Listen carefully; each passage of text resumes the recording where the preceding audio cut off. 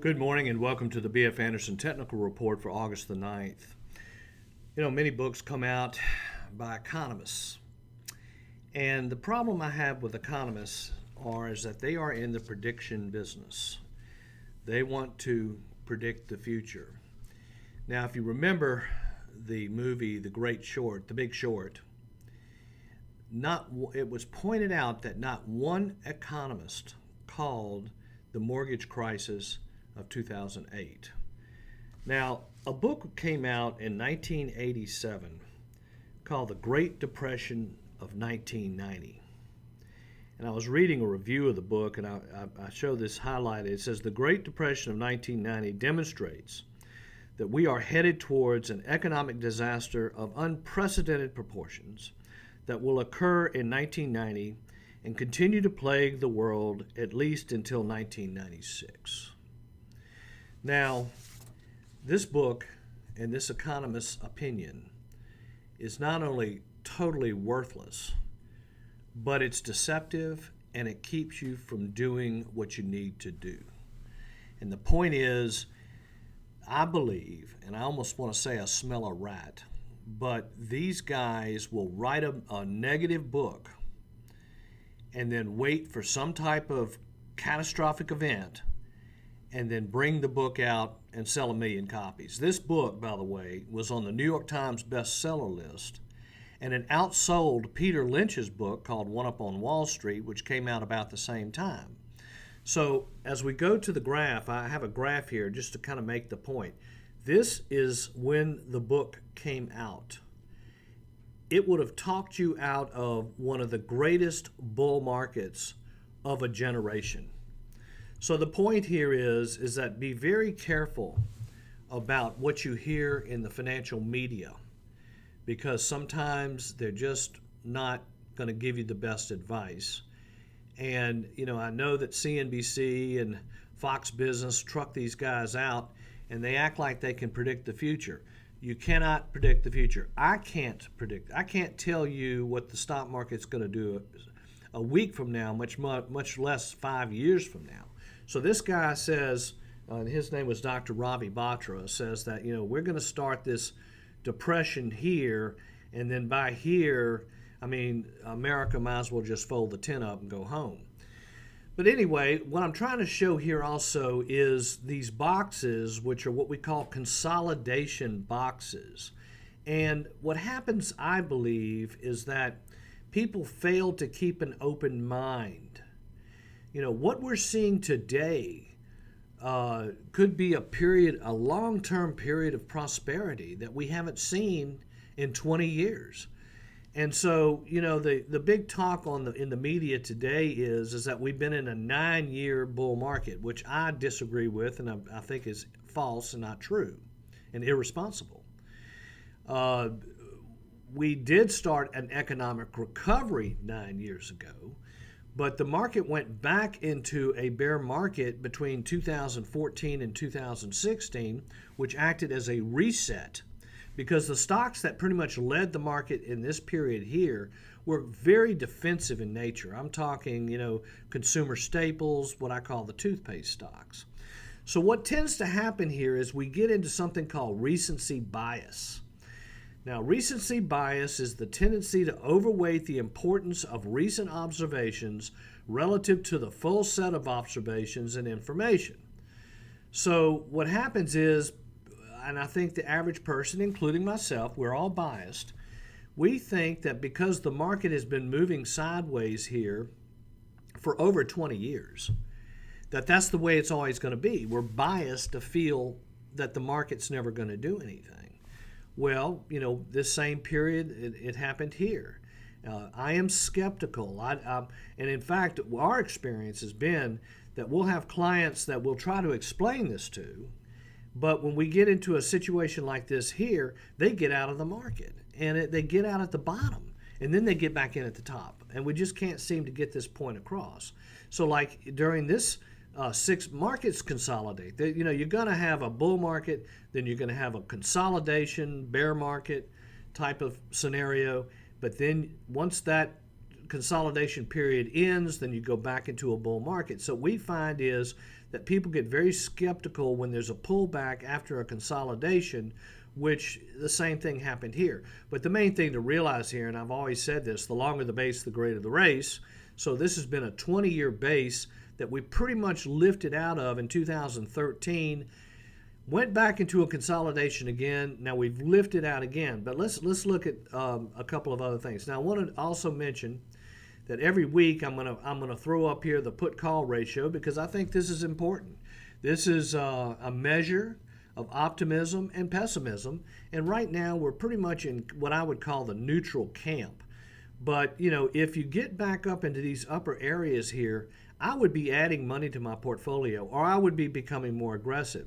Whereas if you get down in these lower quartiles here, I think I would be somewhat defensive. But right now we're in pretty good shape. We're in pretty much a neutral area.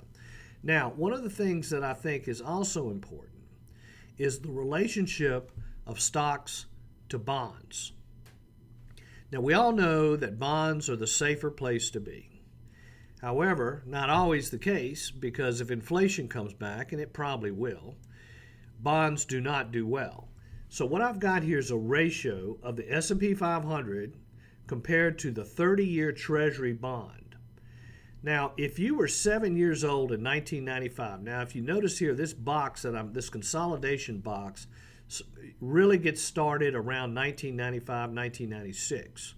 And what basically happened here was that stocks did better than bonds, because when the line's moving up, the ratio, the bonds do better.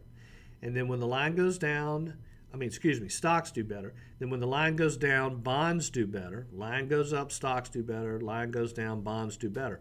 So basically for the last 20 plus years, it really hasn't paid you to be in stocks over bonds, or they pretty much have stayed in sync with each other. There has been no advantage like in history. The stocks have always been one of the better places to be.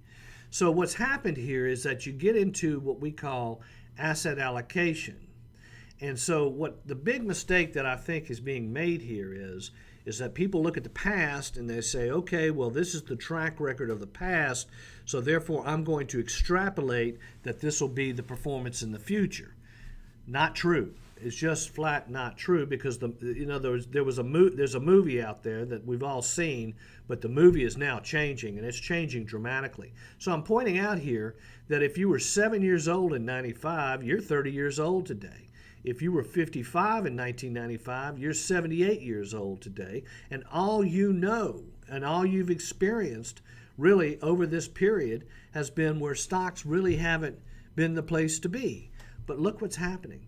This is breaking out. This ratio, if you think about it, has doubled since 2016, 2015, 2014. This ratio has doubled, where stocks are dramatically outperforming bonds. So the movie is changing. Something has changed here. We are in a different paradigm. Now, I want to also mention something about the average stock. The average stock is best measured by the Value Line Geometric Index. Now realize something here that I think is important to understand. If we go back here and realize that everybody out there has this bond allocation and stock allocation of, let's say, 50% stocks, 50% bonds. Well, what this graph is telling me is that asset allocation formula really isn't going to work anymore. So is it going to become more like people are going to gravitate to 75% bonds, 75% stocks, 25% bonds, or 80% stocks, 20% bonds? So that could be a potential source of fuel.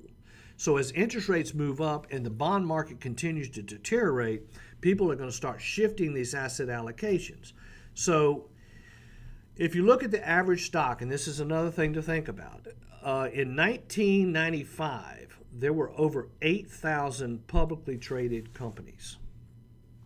Today, that number is down to 3,600. We have lost over half the number of publicly traded companies. Now, this has to do with mergers and acquisitions and companies going private. We're hearing about Tesla going private right now. Well, that'll be one less publicly traded company. So the Value Line Geometric Index, I'm just showing you, if you go back to 1990, You know, we made new highs, we made new highs, we made new highs, we made new highs, new highs, new highs. So what my point is that once the market starts making new highs, this can go on for a very long period of time. So sticking with the Value Line Geometric Index, I really just want to point out here this whole thing about it being it's a broad index.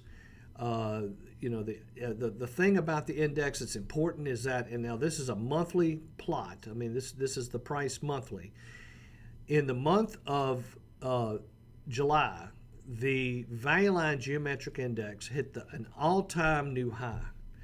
So it's breaking out after a 20-year period of consolidation.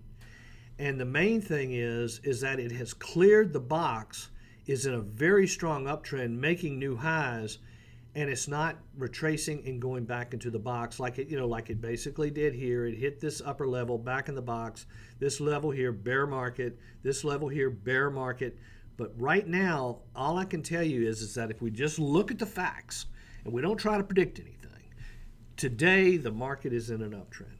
So let's look at the top 5 just to kind of get a feel for what's going on out there. Again, we do own some of these stocks, and I'll mention which ones we own just for compliance reasons. Advanced Micro Devices, semiconductors. Intel's been dropping because Advanced Micro Devices has a technology that seems to make Intel's obsolete. Now here is Turtle Beach, which is the equipment for gamers. Gaming is a very big business, and that company is benefiting greatly. They just announced earnings, and they were pretty good. This is a very interesting company. This is a company called Illumina. Now, we own the stock. We've taken a position in it. It's hitting all-time new highs. Now, I've known about this company for a long time, and I just really have never seen a way to invest in it until recently. They just announced earnings. They were excellent.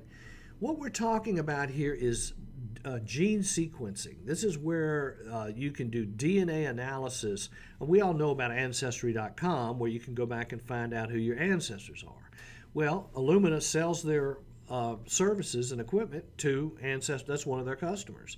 But also they're getting into, like, if parents want to pick the gender of their child, this is technology is available out there today. If you get into wanting to do DNA analysis that would help you understand the future of your health life, where are you going to have your problems? What diseases do you potentially have? This is very big technology. It could really, it would. The way I envision it is you go get your blood work done, you get your urinalysis, and then also you get your DNA. And I think those days are coming. Square is another company making it. This is financial services. What this company is basically doing is they're eliminating the need for cash registers. You can use an iPad. You can use an iPhone. It's an interesting technology for electronic transfer of capital. Twilio is a software company. They just announced earnings. You can see the stock has really taken off on the earnings announcement. It's one to keep an eye on. So in conclusion, what I'm saying is be very careful about what you hear in the media. Don't believe everything you hear, and I'm sure you've heard that one before.